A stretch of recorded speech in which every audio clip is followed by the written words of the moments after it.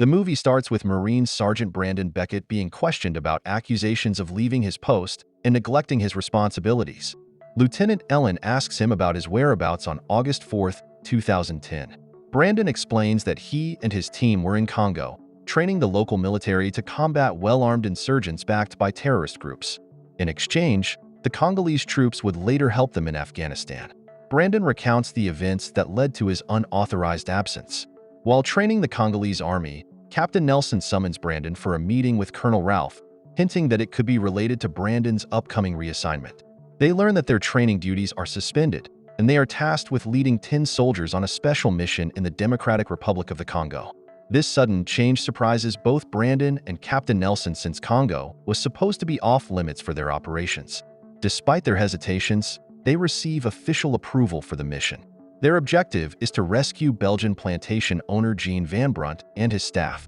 Brandon proposes using a helicopter for a fast and secure rescue, but Colonel Ralph dismisses the idea, citing the threat of rebels with missiles targeting low-flying aircraft. As they approach the target area, Brandon spots a European hunter named Chandler nearby, defying the dangers by remaining in the region. Captain Gober explains that hunting is crucial for the local economy, justifying Chandler's presence. Upon locating Jean Van Brunt, they surprise him by disclosing their mission to evacuate him from the area. Van Brunt, unfazed by the rebel threat and connected to the place his father constructed, declines to depart, stressing its sentimental importance. However, he is informed that the order to evacuate is definitive. Reluctantly, Van Brunt consents to accompany them. As they depart, Brandon spots a sniper targeting Van Brunt and warns him to seek shelter. They all seek refuge in an empty cargo van, but Van Brunt remains exposed and tragically gets fatally shot by the sniper. Amidst this chaotic and sorrowful period, 2 soldiers lose their lives in the rescue mission. The cargo van, initially presumed to be solely for transportation, is revealed to be utilized for transporting arms from the United States to the Congolese fighters. Confronted with this abrupt assault, Captain Nelson and Sergeant Brandon promptly choose to conceal themselves in the adjacent roadside forest. However, the threat persists, and Brandon sustains a shoulder injury, tumbling into a drain and losing consciousness. Upon regaining consciousness, he finds himself being tended to by Chandler, the enigmatic European hunter they had sighted earlier. Brandon urgently requests Chandler to escort him back to the plantation where his team is situated. Upon arrival, Chandler delivers somber news. Brandon is the sole survivor. Within Brunt's residence, they scour for any pertinent details. Unexpectedly, Brunt's daughter, Kelly, emerges, weapon in hand. She had been concealed by her father during the earlier altercation and holds Brandon and Chandler accountable for her father's demise. In a tense standoff, Chandler manages to calm Kelly, disclosing his friendship with her father. With this fragile connection established, they agree to depart the plantation collectively, each grappling with their individual sorrows and uncertainties. On their way to Chandler's hideout, they come across a disturbing scene. Insurgents coercing children to join their ranks. Upon noticing their presence, the rebels turn hostile and launch an attack. In a frantic bid to survive and protect the children, they engage in a fierce battle, ultimately overcoming the rebels. Following this intense ordeal, Brandon and Chandler part ways, each with a distinct objective. Chandler feels a strong urge to rescue more abducted children, driven by his dedication to safeguard the innocent. Brandon, on the other hand, aims to bring Kelly to the authorities to seek justice for her father's death. As Brandon's condition deteriorates, the gunshot wound in his left shoulder continues to bleed, sapping his strength. Despite his efforts to remain conscious, his body eventually gives in, and he loses consciousness. He is swiftly transported to a hospital, where he awakens to find Richard, a sniper trainer and a former protege of his father, at his bedside. Fueled by a thirst for retribution, Brandon expresses his resolve to track down and punish the sniper responsible for Van Brunt's death. Richard, well aware of the intricacies of sniper operations, proposes an alternative approach. He suggests that Brandon undergo sniper training to grasp their mindset and tactics, offering his assistance in pursuing vengeance. Back at Colonel Ralph's office, Brandon is puzzled by the lack of interest in investigating the ambush, particularly considering the use of American weaponry in the soldiers' deaths. UN Lieutenant Ellen and Ralph both express hesitance to delve deeper, citing constraints in resources. Unwilling to let the matter rest, Brandon volunteers to spearhead the inquiry himself, recognizing that his team perished under suspicious circumstances. The officer declines his offer, so Brandon cleverly invites Ellen to dinner, suspecting she may have more information than she's revealing. In their conversation, she explains the challenges the UN faces in investigating Brunt's death and assures Brandon that she is not his adversary. Convinced that there is more to the ambush than meets the eye, Brandon reveals his ability to track the sniper. Ellen hints at the complexity of the situation, implying that the ambush was not just a random rebel attack, prompting Brandon to realize there are hidden layers to the incident. Driven by a determination to avenge his fallen comrades, Brandon embarks on a personal mission. Richard, noticing Brandon leaving the base, cautions him about his physical condition being unsuitable for the task ahead. Nevertheless, Brandon is resolute in his decision. This pivotal moment signifies his choice to leave his post and join forces with Chandler to pursue the rebels.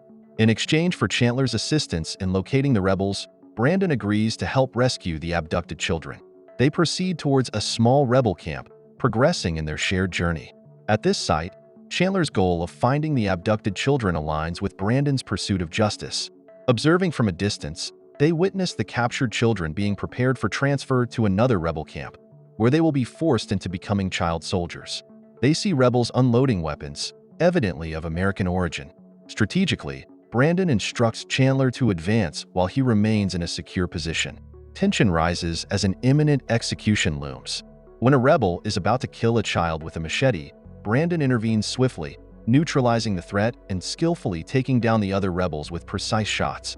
Amidst the chaos, a rebel sneaks up on Chandler without Brandon noticing. Just as the rebel is about to strike, a sniper's bullet takes him down. To Brandon's surprise, the sniper is revealed to be Richard, who has chosen to stand by Brandon against a dangerous adversary named Masiello, an American Marine and former student of Richard. Brandon grapples with the unsettling truth that their enemy is not a Congolese rebel but an American operative.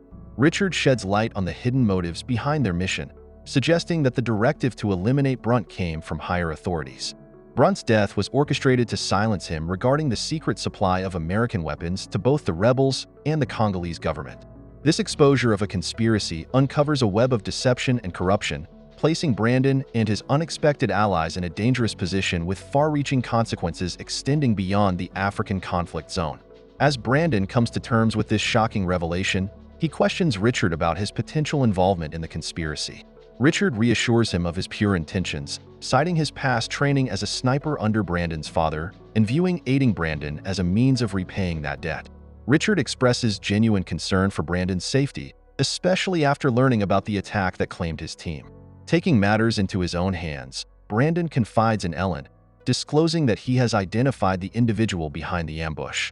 He reveals the person's location, speculating that if the conspiracy is real, the sniper Masiello may uncover the truth, potentially implicating the UN in the cover-up. Keen to assist Brandon, Ellen speaks with Colonel Ralph, emphasizing the gravity of the situation and the strong evidence Brandon possesses. However, Ralph remains unconvinced, highlighting the challenges in obtaining approval for a rescue mission. Nevertheless, Ellen volunteers to personally retrieve Brandon. Reluctantly, Ralph agrees but limits her team to only 4 men. Unbeknownst to Ellen, Ralph covertly dispatches another team, including Masiello, with the objective of eliminating the renegade American. Meanwhile, Chandler guides the rescued children out of Congo to safety in a truck. Richard and Brandon, anticipating the imminent threat, brace themselves for Masiello's impending arrival. In a poignant gesture, Richard bestows upon Brandon a handgun once owned by Brandon's deceased father, urging him to use it against Masiello in a tense showdown. Ellen and her team arrive, seemingly to rescue Brandon, but her soldiers have a different agenda: to terminate him. Simultaneously, a separate team is en route to ensure Brandon doesn't survive. The situation escalates, with Ellen initially unaware of the true peril until gunshots ring out, exposing the treacherous conspiracy unfolding around them. Brandon confronts a Congolese soldier he and his team had trained, engaging fiercely alongside Richard as they take down both rebels and Congolese soldiers ensnared as pawns in this deadly conflict. The crisis intensifies as Richard, momentarily distracted, rises and becomes a target for Masiello's lethal shot. Despite being injured, Brandon remains steadfast in his mission to uncover the truth. He is determined to find Captain Sporongoba and pressure him into revealing the mastermind behind the sinister plot. Ngoba shocks Brandon by confessing that Colonel Ralph utilized Brunt to smuggle American weapons to the rebels. Ngoba had stayed silent, doubting anyone would believe him, including Brandon. However, before Ngoba can provide crucial evidence, Masiello intervenes, ensuring Ngoba's silence through brutal means. This leaves Brandon without the vital evidence needed to incriminate Ralph, plunging him into a perilous situation within a convoluted scheme. In a tense face-off, Brandon successfully pinpoints Masiello's location and prepares to shoot, aiming to thwart Masiello's deadly pursuit. His shot grazes Masiello's scope and scratches his face but fails to deliver a fatal blow. Both adversaries stand their ground, transitioning to night vision gear as darkness falls, continuing their dangerous duel. Brandon strategically approaches a gas tank, diverting Masiello's attention, and shoots at it. The explosion engulfs the area in flames, creating a temporary distraction that momentarily disorients Masiello. Seizing the opportunity, Brandon swiftly moves to a new position, evading Masiello's detection.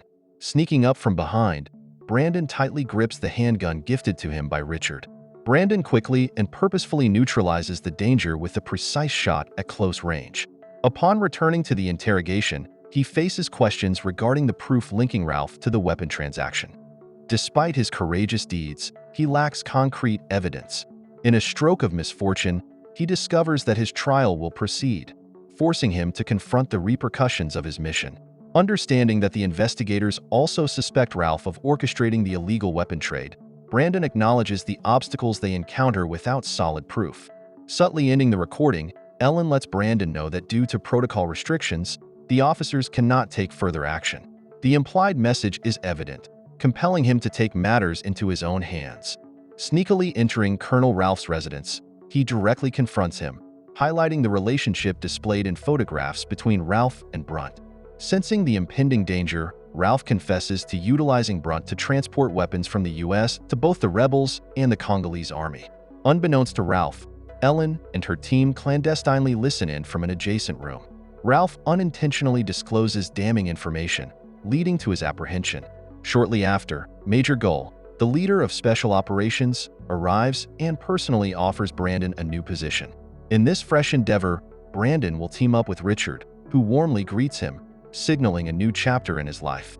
This marks a pivotal moment for Brandon as he transitions from a soldier entangled in a convoluted scheme to a role where he can leverage his skills for a different cause. Don't forget to subscribe and turn on the notification bell if you want to watch more videos like this. Thank you for watching and see you again soon.